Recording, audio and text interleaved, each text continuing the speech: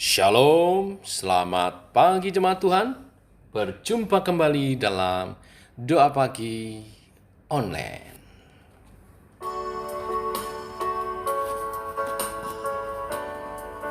Mari hampiri hadirat Tuhan. Puji kasih setia-Nya. Penolong yang selalu setia, memenuhi keperluanku. Oh, tak pernah Dia mengecewakan. Yesusku tak pernah gagal. Segala perkara dapat ku tangguh di dalam Dia yang memberi kekuatan. Tuhan Yesus penolong dan sahabat. Tetap percaya, Tuhan setia.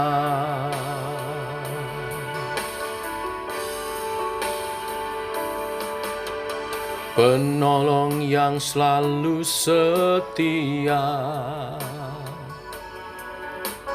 memenuhi keperluanku. Oh, tak pernah Dia mengecewakan. Yesusku tak pernah gagal. Segala perkara dapat ku tangguh di dalam Dia yang memberi kekuatan. Tuhan Yesus penolong dan sahabat. Tetap percaya, Tuhan setia. Segala perkara dapat ku tangguh di dalam Dia yang memberi kekuatan. Tuhan Yesus penolong dan sahabat. Tetap percaya, Tuhan setia. Segala perkara dapat ku tanggung di dalam Dia yang memberikan kekuatan kepadaku. Segala perkara dapat ku tanggung di dalam Dia yang memberi kekuatan. Tuhan Yesus penolong dan sahabat. Tetap percaya, Tuhan setia. Tetap percaya, Tuhan setia. Tetap percaya, Tuhan setia.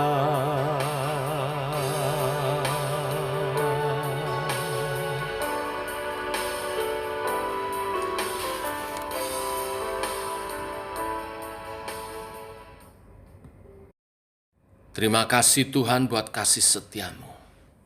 Engkau penolong yang setia. Tidak pernah Engkau ingkar janji. Engkau selalu menepati janji-Mu. Dan Engkau selalu menyertai hamba-hamba-Mu dan umat-Mu yang mengasihi-Mu. Kami mengasihi-Mu Tuhan. Teguhkan oleh kebenaran firman untuk kami bertumbuh di dalam-Mu Tuhan. Dalam nama Yesus kami berdoa. Amin. Bapak Ibu, kita lanjutkan renungan firman Tuhan pada pagi hari ini. Kisah Para Rasul 21 ayat 27 sampai dengan yang ke-36. Demikian firman Tuhan. Ketika masa 7 hari itu sudah hampir berakhir, orang-orang Yahudi yang datang dari Asia melihat Paulus di dalam bait Allah. Lalu mereka menghasut rakyat dan menangkap dia sambil berteriak, "Hai orang-orang Israel, tolong! Inilah orang yang di mana-mana mengajar semua orang untuk menentang bangsa kita dan menentang hukum Taurat dan tempat ini. Dan sekarang ia membawa orang-orang Yunani pula ke dalam bait Allah dan menajiskan tempat suci ini. Sebab mereka telah melihat Trofimus dari Efesus sebelumnya bersama-sama dengan Paulus di kota. Dan mereka menyangka bahwa Paulus telah membawa dia ke dalam bait Allah. Maka gemparlah seluruh kota, dan rakyat datang berkerumun, lalu menangkap Paulus dan menyeretnya keluar dari bait Allah. Dan ketika itu juga, semua pintu gerbang bait Allah ditutup. Sementara mereka merencanakan untuk membunuh dia, sampailah kabar kepada kepala pasukan bahwa seluruh Yerusalem gempar. Kepala pasukan itu segera bergerak dengan prajurit-prajurit dan perwira-perwira dan maju mendapatkan orang banyak itu. Ketika mereka melihat dia dan prajurit-prajurit itu, berhentilah mereka memukul Paulus. Kepala pasukan itu mendekati Paulus, menangkapnya, dan menyuruh mengikat dia dengan 2 rantai.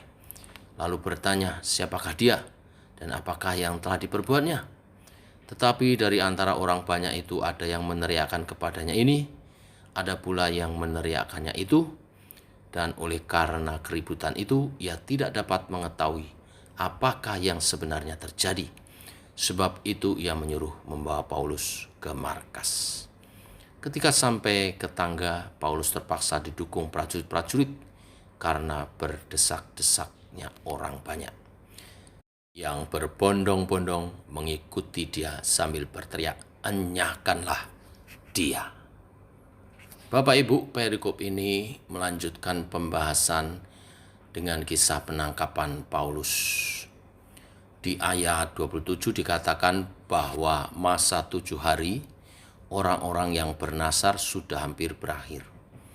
Dalam budaya Perjanjian Lama, ya, di Bilangan pasal 19 ayat 12 dikatakan bahwa proses nasar dan penyucian diri berlangsung selama 7 hari, di mana hari yang ketiga dan hari yang ketujuh adalah yang terpenting. Di perikop sebelumnya, Paulus dan orang-orang yang sedang bernasar itu sedang berada di dalam puncak upacara pengudusan yang penting di dalam nasar 4 orang yang pergi bersama Paulus. Ya, ada dikisahkan di perikop sebelumnya.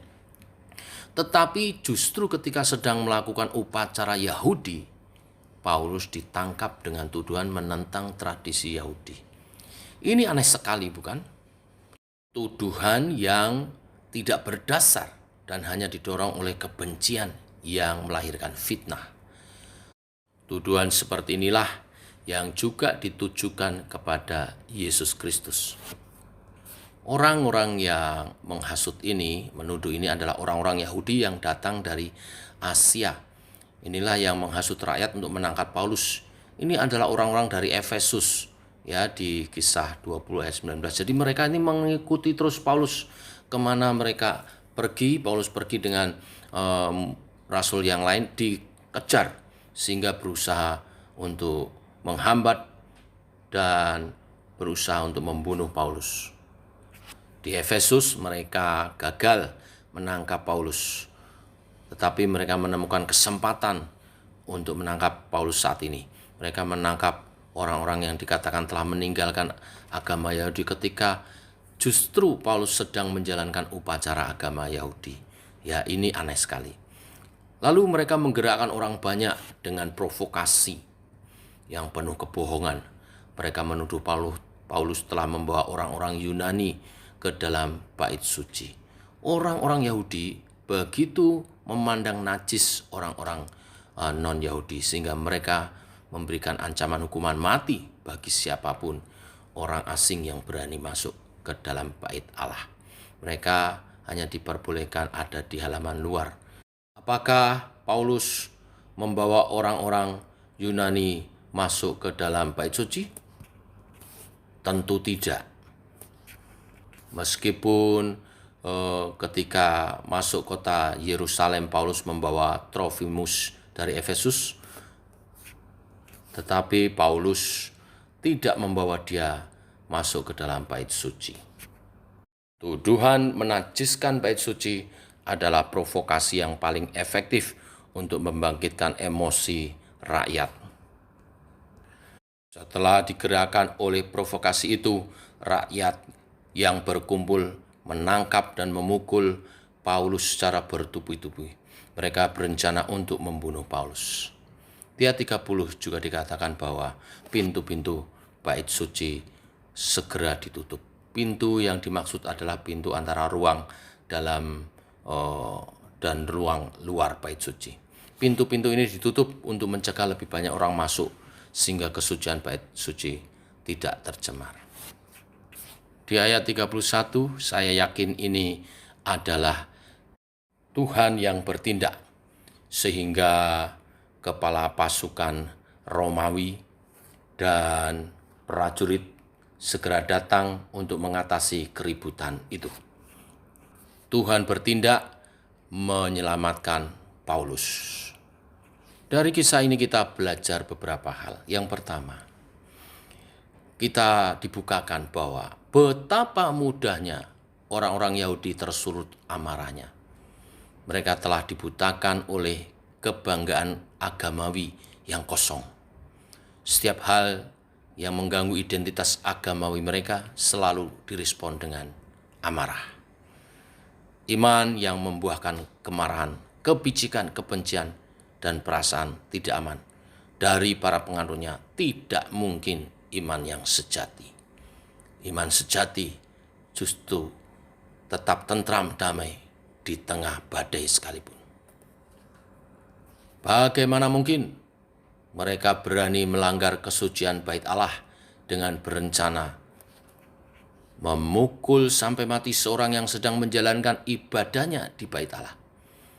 Anehnya ini dilakukan dalam rangka membela agama mereka. Inilah kesalahan dari orang-orang Yahudi itu. Mereka berespon kepada situasi apapun dengan cara yang berbeda dengan rencana Tuhan. Kita diingatkan untuk hati-hati merespon. Apakah respon kita terhadap masalah itu kedagingan atau sesuai pimpinan Roh Kudus? Yang kedua, bacaan ini juga mengingatkan kita untuk mempunyai iman kepada cara Tuhan, keberanian untuk terus bergantung kepada Tuhan. Injil diberitakan dengan cara yang sangat sulit.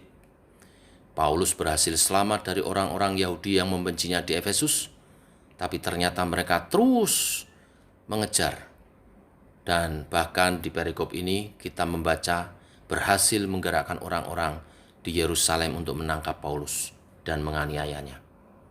Tetapi sejak awal Paulus telah mengatakan bahwa dia adalah tawanan roh. Roh Kuduslah yang menuntun dia mengabarkan Injil. Di sini kita melihat ada resiko. Tapi Paulus lebih taat kepada Tuhan, lebih takut kepada Tuhan daripada kepada manusia. Iman yang sejati ada keberanian untuk terus bergantung kepada Tuhan apapun yang terjadi. Biarlah kebenaran firman ini memberkati kita semua.